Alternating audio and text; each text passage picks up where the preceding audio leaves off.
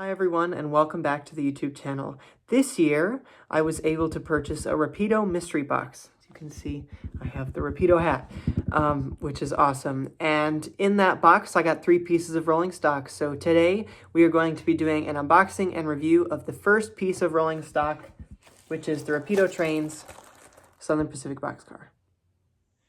Okay, so I just took it out of the plastic wrapper just so that our unboxing could be a little quicker. And the first thing we're going to do is take a look at the side of the box. We have SPB 50-16 boxcar, SP 1931 to 1946 Viking roof. I'm not going to lie when I say this might be the piece of rolling stock I'm most excited for. This just kind of fits with the whole transition era stuff that we're looking at. And let's see. Take it right out of the box. Okay. I don't know if this is taped. It's not. Okay, so I can just force it out. Actually, first let's take a look at what we got here. First we have a Rapido Train sticker, really cool. And then we have some information.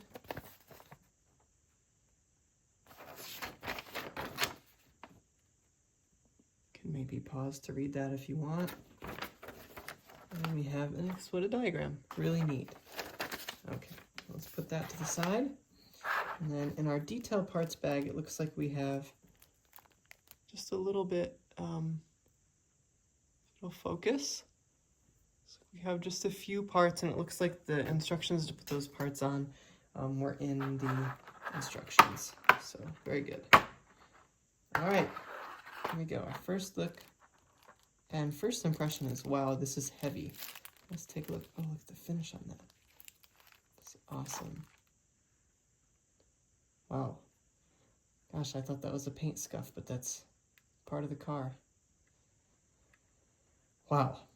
So I will say that this feels absolutely awesome in my hands.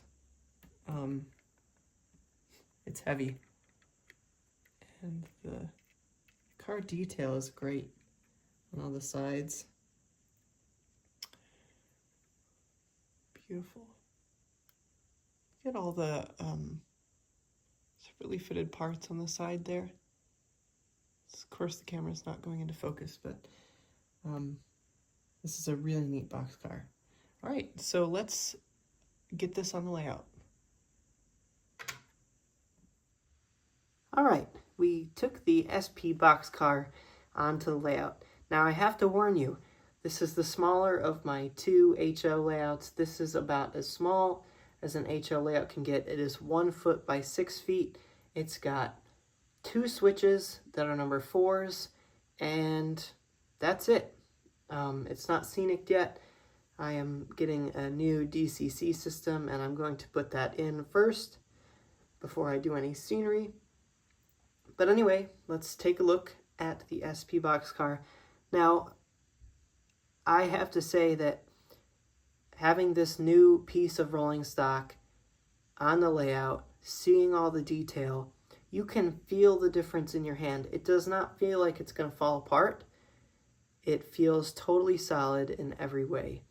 And I just love this piece of rolling stock, especially compared to some older boxcars. I'll tag one at the end over here on this side of the SP boxcar to show you kind of the difference, and maybe you'll be able to see it. But I will be using, as you can see in frame, my Delaware and Hudson RS11, and this was the engine that came in the mystery box. I'd like to clarify that I bought one of the DC silent mystery boxes because I currently only have DC on this layout.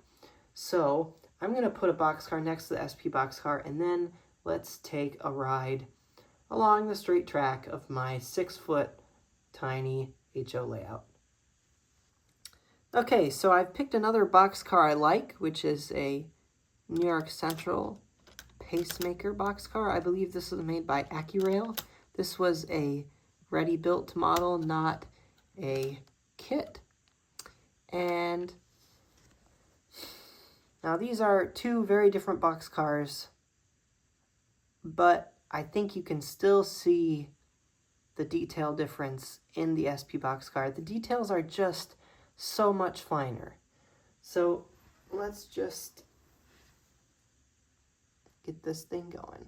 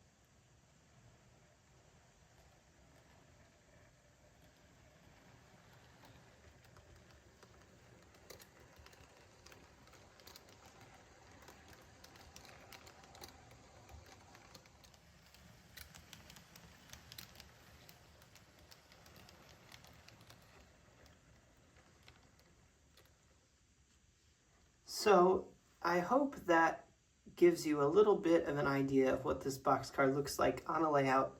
I have to say that when you look at this model, you don't think model, you think train.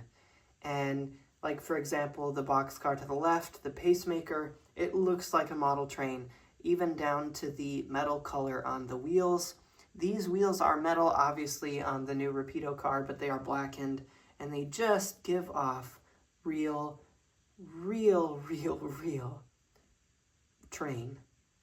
I don't know how to say it better. It's probably much better to see it in the flesh than it is on the camera, but this is a great model.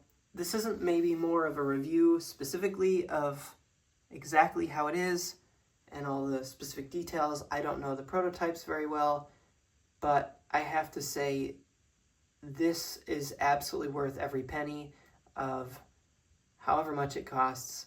Of course, the problem with rolling stock is if you spend $30 on one, if you're trying to buy a whole set of 10 or 12 or something like that, you're talking about a lot of money.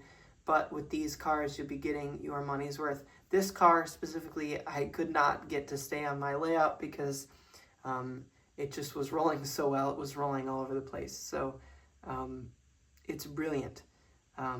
For my little switching layout, I usually switch out 2 plastic wheels, which I know is like a mortal sin, but that way the cars don't run around if the layout isn't perfectly flat. But this car I'm not touching. This car is absolutely beautiful, and it will definitely have a home on this layout.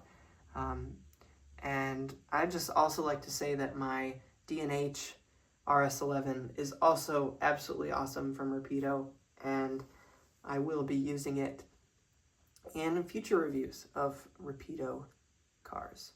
So thank you very much, Rapido. You did great, and I'll see you in the next Rapido review. We've got 2 more coming, so don't forget to like the video if you enjoyed. Subscribe for the channel to catch the other 2 Rapido reviews. Also, a whole bunch of other awesome content that spans from real railroads to model railroads, and that will be just super exciting. So let's keep the channel going, and thank you so much for watching. Have a happy holiday. I don't know exactly when this video is coming out, but hopefully everyone has celebrated a Happy New Year's and Merry Christmas, Happy Hanukkah, Happy Kwanzaa, all of the things. So thank you very much for watching, and stay tuned for more.